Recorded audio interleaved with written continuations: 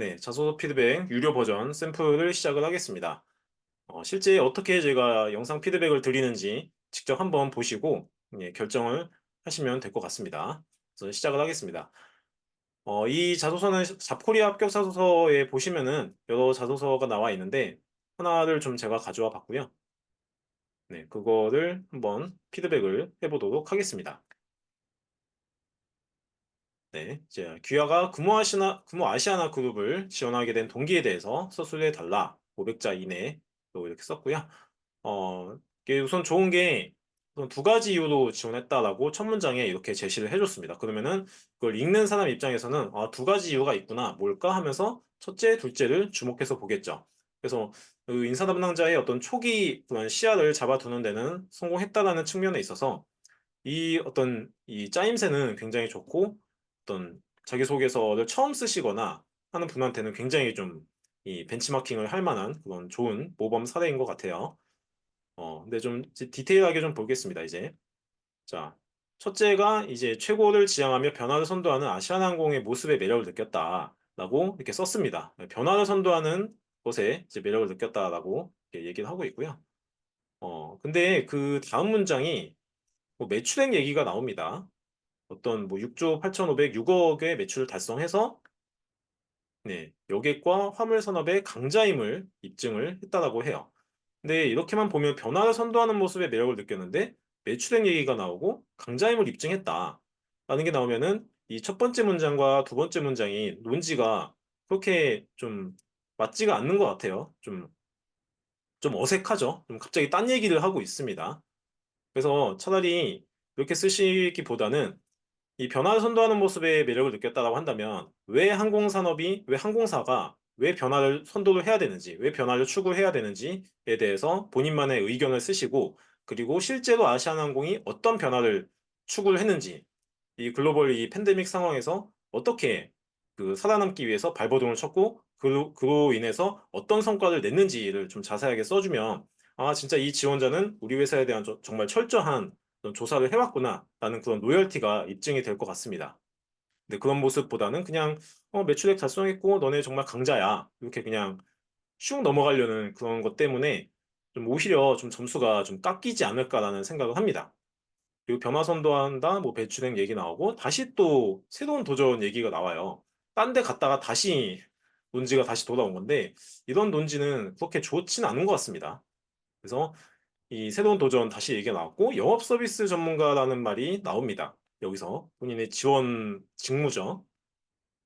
이 꿈을 실현할 수 있는 최고의 기업이다. 영업 서비스 전문가라는 말도 존재하지 않고요. 네, 그러니까 어떤 직무 플러스 전문가라는 말을 붙이는 거는 굉장히 마이너스적인 행동입니다. 이건 스스로 본인을 깎아먹는 거고 이런 말은 쓰시지 않는 게 좋아요. 그래서 뭐 여객 운송 전문가, 어떤 뭐 체크인 카운터 전문가 약간 이런 식으로 많이 쓰시는데 전문가라는 말을 그러니까 직무 플러스 직무에 속해 있다고 해서 전문가가 되는 건 아니거든요.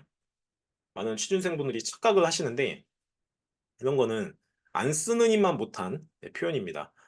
그래서 영업 서비스에서 이 해당 직무에서 나의 꿈을 실현할 수 있다. 근데 그냥 새로운 도전을 거듭하면 영업 서비스 전문가의 꿈을 실현할 수 있는 것인가? 그럼 어떤 꿈이 뭐고 본인이 이걸 왜 어떻게 실현할 것인지에 대한 어떤 구체성이 떨어지기 때문에 그냥 듣기 좋은 말만 이렇게 갖다 붙인 게 아닌가라는 생각이 듭니다.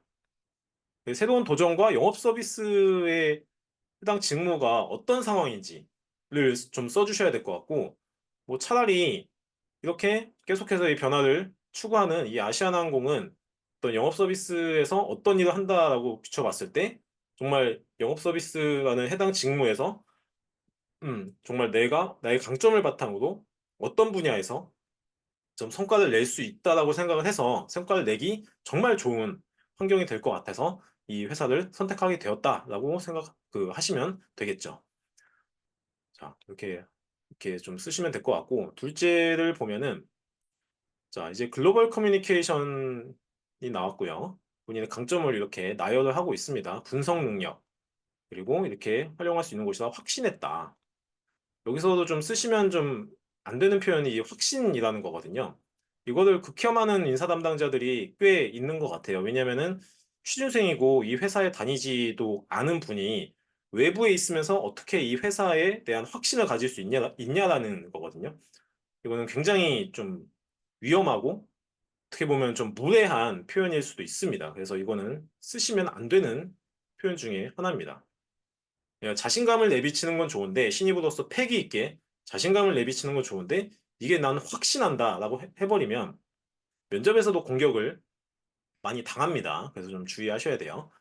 자, 그리고 이 글로벌 커뮤니케이션 분석 능력을 잘 활용할 수 있는 곳이다라고 한다면 그 본인이 이 글로벌 커뮤니케이션이 뭔지, 분석 능력이 뭔지에 대해서 좀 구체적으로 풀면서 본인의 성과를 소개하면서 그리고 이 해당 이 강점들이 영업 서비스에서 어떤 업무를 할 때 이 역량이 잘 발휘될 것 같다라는 식으로 논지를 전개를 하셨어야 되는데 계속 본인의 강점들을 그냥 계속 소개하고 있어요. 뭐 외국어 학습도 하고 있고요. 해외 업무 경험도 있고 원활하게 소통할 수 있는 능력을 길렀고 경제학과 국제학을 전공했고 시장에 흐를 수 있는 안목을 길렀다라는 게 다 이제 본인에 대한 어떤 자기 자랑이잖아요. 근데 자기 자랑을 하는 거는 좋은데 그냥 뭉뚱뭉뚱뭉뚱한 표현이에요. 이게 뭐고 분석 능력이 뭐고 뭐 데이터 분석인지 시장 분석인지 소비자 분석인지 그냥 난 분석 능력 좋아 이렇게 돼버리면 어떠한 것도 어필이 되지 않거든요.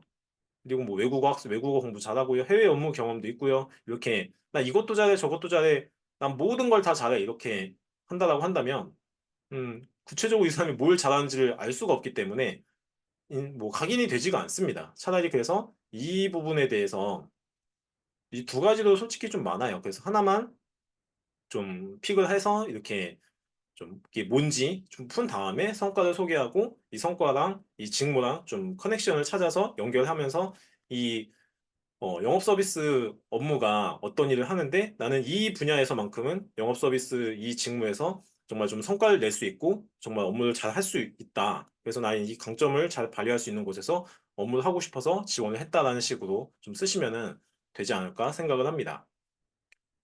네. 그래서 좀 짜임새는 좋지만 이런 부분들을 좀 더 구체화하고 좀 뺄 거 빼고 하면서 좀 수정을 하시면은 조금 더 좀 완성도 높은 자기소개서가 될 수 있지 않을까 생각을 합니다. 네. 이상입니다.